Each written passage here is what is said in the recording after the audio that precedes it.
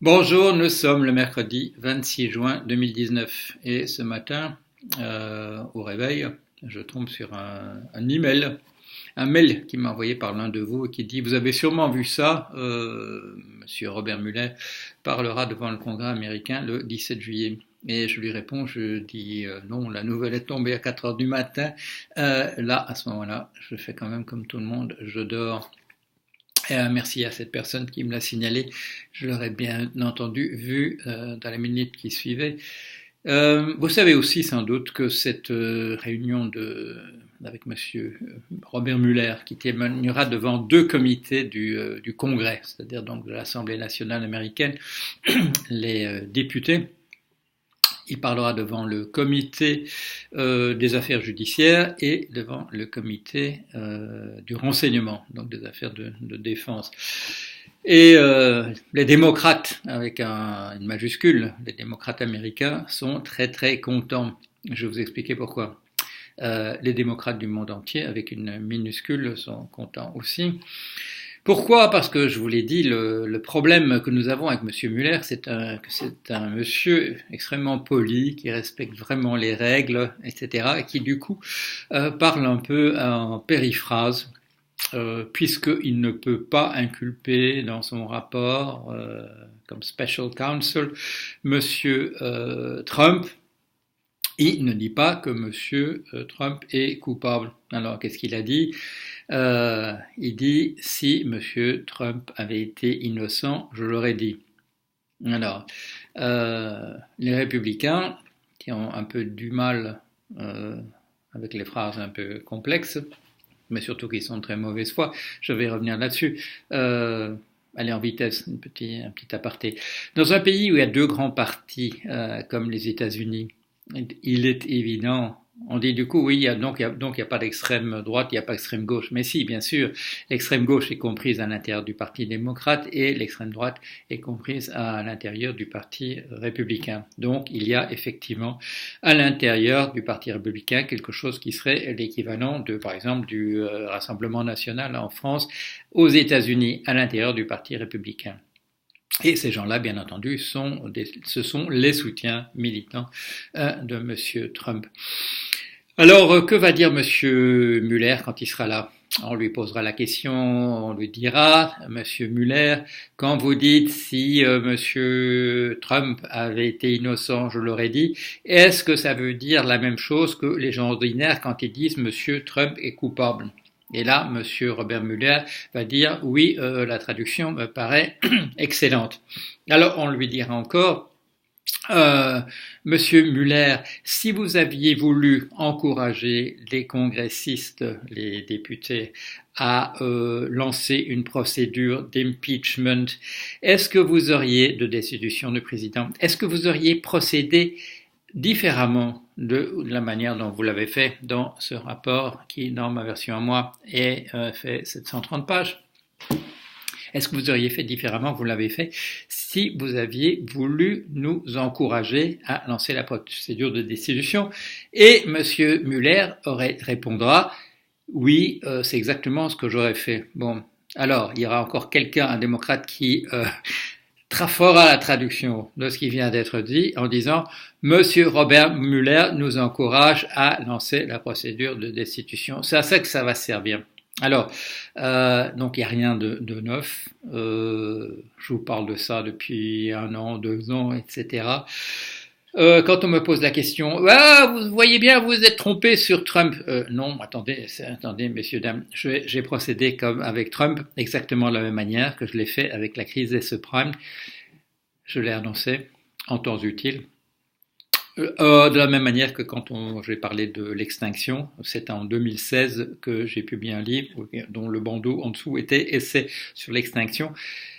La manière dont je procède fait que j'ai au moins une longueur d'avance. Parfois j'en ai 2, parfois j'en ai 3, parfois j'en ai 4. C'est comme ça que ça marche. Mais je ne vais pas dire que sur Monsieur Trump, je me sois déjà trompé. Un peu de patience. Le problème, c'est, comme je vous le dis, que les choses prennent du temps et que pendant ce temps-là, on pourra avoir une guerre avec l'Iran. Heureusement, on l'a pas encore eu parce que Monsieur Trump écoute surtout les présentateurs de télévision plutôt que ses conseillers autour de lui. Et là, on peut le remercier de voilà, s'intéresser aux opinions de tout le monde autour de lui plutôt que celles des prétendus experts ou spécialistes. Donc voilà ce qui va se passer. Voilà ce qu'il va y avoir le 17 juillet. Monsieur Muller va mettre les points sur les i. Il l'a fait, je vous le rappelle, il l'a déjà fait. Il est intervenu lui-même de son propre mouvement en disant, il a fait une intervention de 9 minutes pour souligner. Il l'a pas dit comme ça non plus, parce que, comme je vous dis, c'est un monsieur poli qui respecte les institutions, mais ce qu'il voulait faire, c'était montrer de manière claire et évidente que la manière dont M. William Barr, le ministre de la Justice, avait résumé ses propos était fallacieuse, était fausse.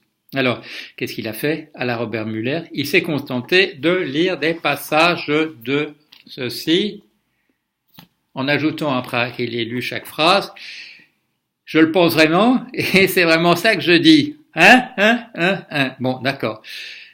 Ici, il ne va pas le faire sur son propre mouvement, donc il ne pourra pas encore être poli, il ne pourra pas se contenter de clin d'œil, il va devoir répondre à des demandes de traduction en termes clairs de ce qu'il a dit. Alors, est-ce que ça va faire avancer les choses? Non, parce que toujours, il y a en face d'une procédure d'impeachment, il y a toujours le fait qu'il y a une majorité au Sénat républicaine. Et que le problème du Parti républicain, maintenant, c'est de savoir s'il doit continuer à suivre de manière servile l'extrême droite qui est à l'intérieur de lui. Voilà, ça c'est le problème quand on a un système biparti et qui tous ceux qui veulent se présenter et tous ceux qu'on veut élire doivent se retrouver à l'intérieur de cet environnement. Est-ce que ça fera avancer les choses? Probablement, parce qu'il y a quand même, quand on regarde les intentions de vote pour les présidentielles, les prochaines, ça nous fait quoi de 2000 je sais plus, je peux plus faire le calcul elles auront lieu à la fin de l'année prochaine 2020, donc pour 2021, c'est ça. Ne m'en voulez pas, on est tôt le matin. Lors de ces élections, des sondages ont déjà lieu à propos de ces élections et qui nous montrent des majorités pour la quasi-totalité des candidats dont vous avez entendu parler, de Mme Elizabeth Warren, de Mme Kamala Harris, de M. Joe Biden. Il y a des majorités substantielles de l'ordre de 5, 6, 7% qui se dégagent en faveur du candidat démocrate. Mais Trump est toujours là. Les dames qu'il a violées, qu'il a violentées,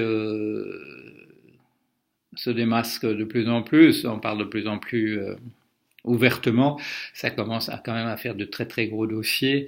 La manière dont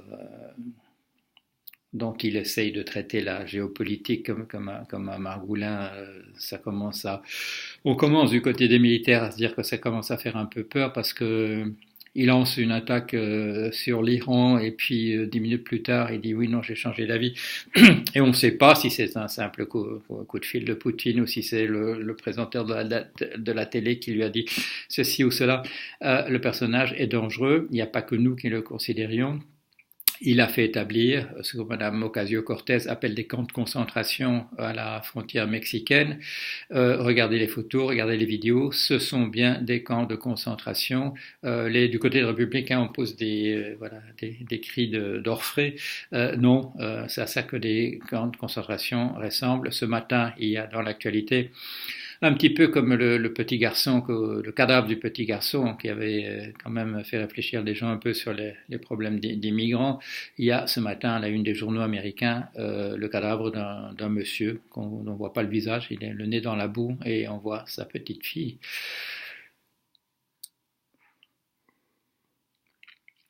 Sa petite fille accrochée à lui. Bon, je vais quand même mettre cette vidéo en ligne, ça m'arrive un petit peu que mes opinions profondes apparaissent en surface, mais c'est pas grave. Voilà, je vous tiens au courant, bien entendu. Comme je vous l'ai dit, ce sont des choses dont j'ai déjà beaucoup parlé, donc je ne vais pas encore m'étendre. Tout ça se trouve déjà dans les billets que j'ai faits au sujet de M. Trump et qui sont en voie d'être rassemblés pour faire des volumes le jour où le titre que je leur ai donné sera entièrement justifié, la chute de la météorite Trump. Voilà, allez, à bientôt.